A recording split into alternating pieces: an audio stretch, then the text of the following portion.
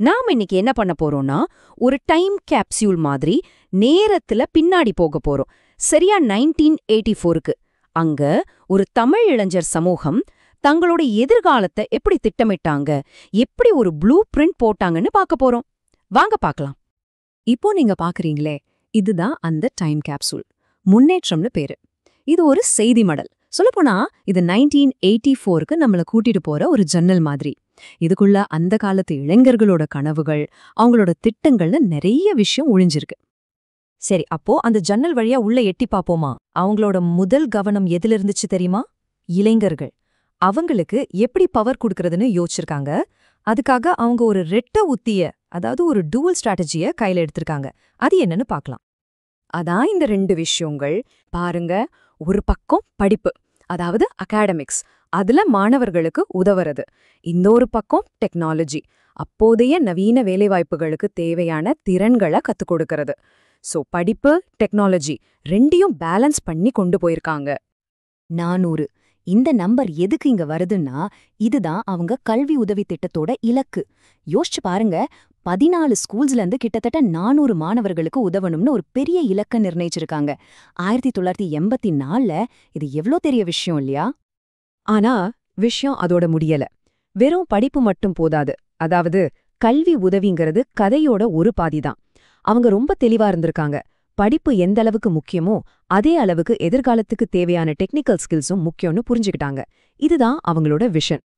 அந்த டெக்னிக்கல் ஸ்கில்ஸுக்காக அவங்க கொண்டு வந்த திட்டம் தான் இந்த டெக்னாலஜி டிரான்ஸ்ஃபர் ப்ரோக்ராம், சுருக்கமா டிடிபி. இது எதுக்குன்னா, அப்போதெல்லாம் தமிழ் டைப்ரைட்டர்ஸ் ரொம்ப காமன் கிடையாது. அதை வாங்குறதுக்கும் ரொம்ப செலவாகும். அந்த தடைய உடைச்சு இளைஞர்களுக்கு அந்த டெக்னாலஜியை கொண்டு சேர்க்கறது தான் இந்த திட்டத்தோட நோக்கம். இங்க பாருங்க, உங்களுக்கே அந்த வித்தியாசம் தெரியும். ஒரு இங்கிலீஷ் டைப்ரைட்டர் $190னா, தமிழ் டைப்ரைட்டர் கிட்டத்தட்ட $550, 3 மடங்குக்கும் மேல. இந்த விலை வித்தியாசம் தான் ஒரு பெரிய தடையா இருந்துச்சு.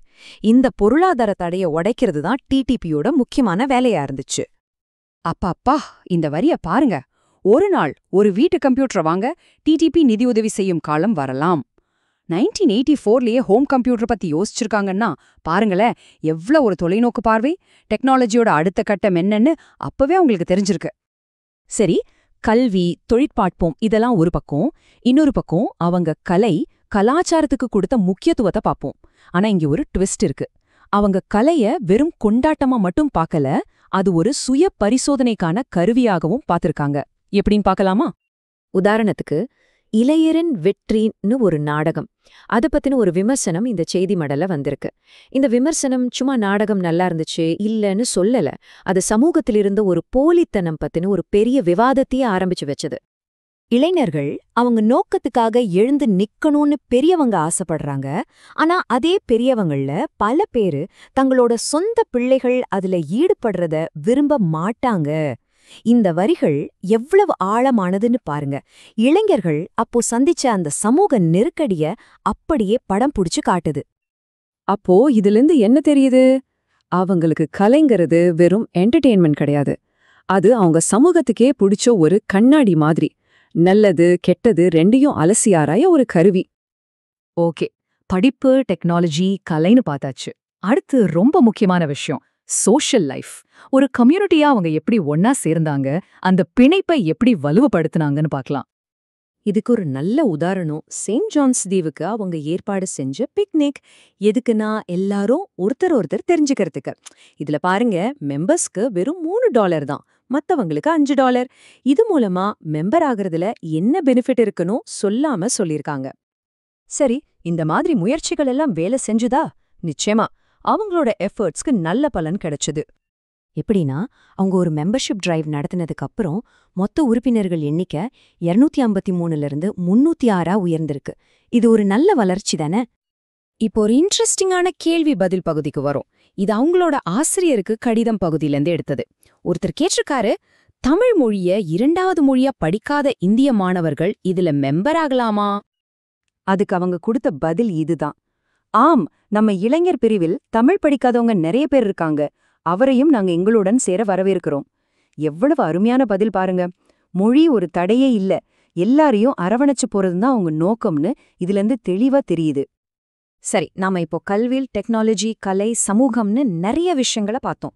இது எல்லாத்தையும் ஒண்ணா சேர்த்து பார்க்கும்போது, இது வெறும் ஒரு நியூஸ் லெட்டர் மாதிரி தெரியல. இது ஒரு முழுமையான ப்ளூ பிரிண்ட், அதாவது எதிர்காலத்துக்கான ஒரு வரைபடம் மாதிரி இருக்கு. இந்த ப்ளூ பிரிண்டோட முக்கியமான 5 பாயிண்ட்ஸ் இதோ பாருங்க. 1. படிப்பு மூலமா எதிர்காலத்தை செக்யூர் பண்றது. 2. வேலைவாய்ப்புக்காக புது டெக்னாலஜியை கத்துக்கிறது. 3.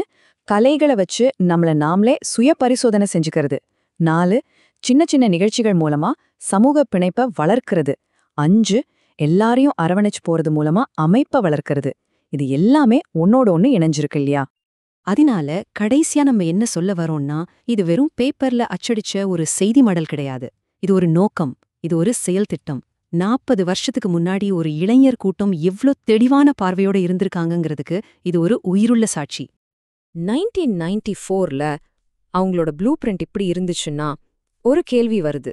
இன்னைக்கு நம்ம சமூகத்தோட ப்ளூ பிரிண்ட் எப்படி இருக்கு? நீங்க என்ன நினைக்கிறீங்க? யோசிச்சு பாருங்க.